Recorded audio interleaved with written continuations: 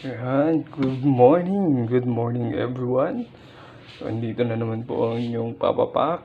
Ayan, at today magluluto po tayo ng binagoong talong. Ayan.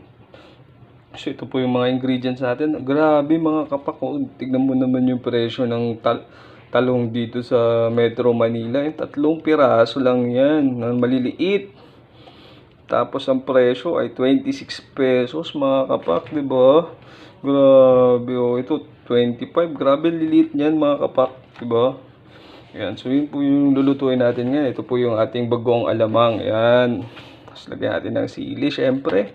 Yan, siling green. Yan. Tapos syempre, meron din tayong ayan, yung pansahog natin, yung karni ng manok.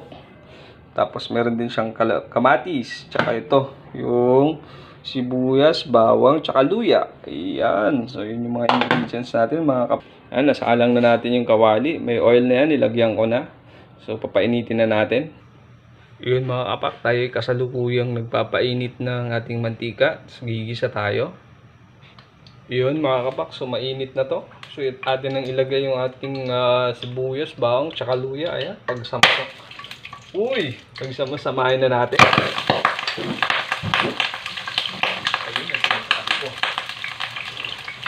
Ayan, tumilamsik. May tubig kasi mga kapak. Ayan, bali okay lang yan. Ayan.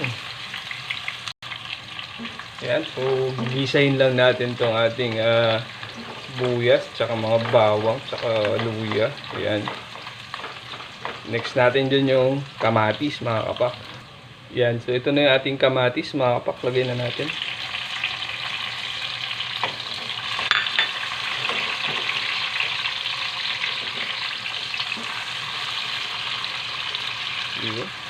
Sige sa lang.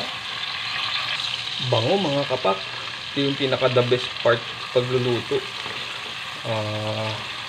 Yung paggigisa ng mga sibuyas, bawang, tsaka luya. Yung aroma napakabango mga kapak. Ito talaga yung pinaka paboritong part ko, no? Kayo rin ba mga kapak?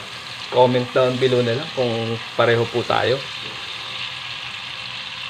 Na yung pinaka the best part niya sa pagluluto is yung paggigisa. No, siya pabango, no? Yung aroma. So at this point mga kapak, pwede natin isama yung sahog natin na manok. Aha.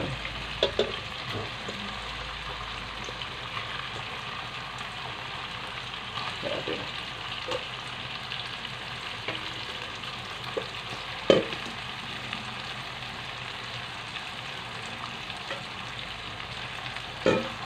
Mix natin mga kapak.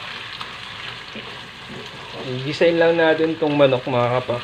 Kaya natin ilagay yung talong. Ayun. Actually yung muna, yung bagoong.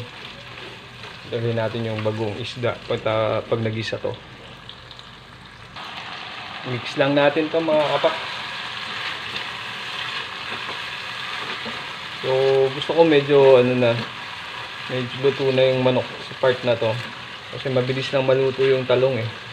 Kaya gusto natin mga kapak medyo lutong-luto na rin tong ating manok bago natin ilagay yung bagoong alamang tsaka yung ating talong. Yan. So gisahin muna natin siya dyan. Kaya muna natin siya dyan mga kapak. Yan mga kapak oh. Lapit na to. Lapit nang maluto yung ating chicken. Lagyan na natin yung ating maya yung ating bagoong. Yan. So, mix lang natin para even yung pagkakaluto, di ba mga kapak? Ayun oh. Sarap nitong ulam natin. Marami na naman tayong tataob na kanin nito mga kapak. Ayan mga kapak. So lalagyan na natin yung ating sa mga nakakaalam nito, ito po ay bagoong alamang, no? Ito yung maliliit na hipon na binuro, ginawang bagoong. Ayan, ito po yung lalagay natin. Ayan, so lagyan na natin. Lagyan natin lahat po. Mabango to mga kapak. Ayan. Ayan, mix na natin. Bango na mga kapak. Oh. Smell it. Ayan, oh. Diba? Mix lang natin mga kapak. Tapos, para ma-balance naman yung alat niyan mga kapak, lalagyan din natin siya ng brown sugar para mag-balance lang yung no. So isang tablespoon ng brown sugar okay na. Yan. So mix natin ulit.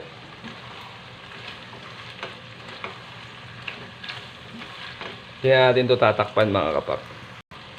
Mix lang natin to mga kapak. Antayin lang natin maluto ng konti yung pag-uong alamang. Tapos saka natin lagay yung ating talong. Diba? Lutuin na natin itong mabuti mga kapak kasi yung talong pag nilagay natin yun, mabilis nang maluto yun mga kapak. Kaya kailangan lutong-luto na itong ating itong ating bagoong isda, bagoong alamang. Yan. Sarap nito, oh. So, wala lang akong siling labuyo dahil napakamahal mga kapak. Yung binibilihan ko doon, not to mention na lang yung pangalan nung store na yun. Siya, inaamag na yung sili pero napakamahal pa din mga kapak. Yung isang balot niya is nasa 100 pesos. Mahal, di ba? Tapos mga kapak, para mag-balance din yung alat, lagyan natin pa siya patakan natin ng konting suka mga kapak. Ito, lagyan natin ng konting suka. Tsaka iwas panis din mga kapak. Ayan. Konti lang. Okay na. Ayos na yan mga kapak. Sa puntong ito mga kapak, yan, medyo luto-luto na rin yung ating bagoong. Ilagay na natin yung ating sili na mahaba, green, tsaka yung ating talong. Ayan, lagay na natin. Ayan, so ito na po mga kapak yung ating talong. Atin nang ilalagay.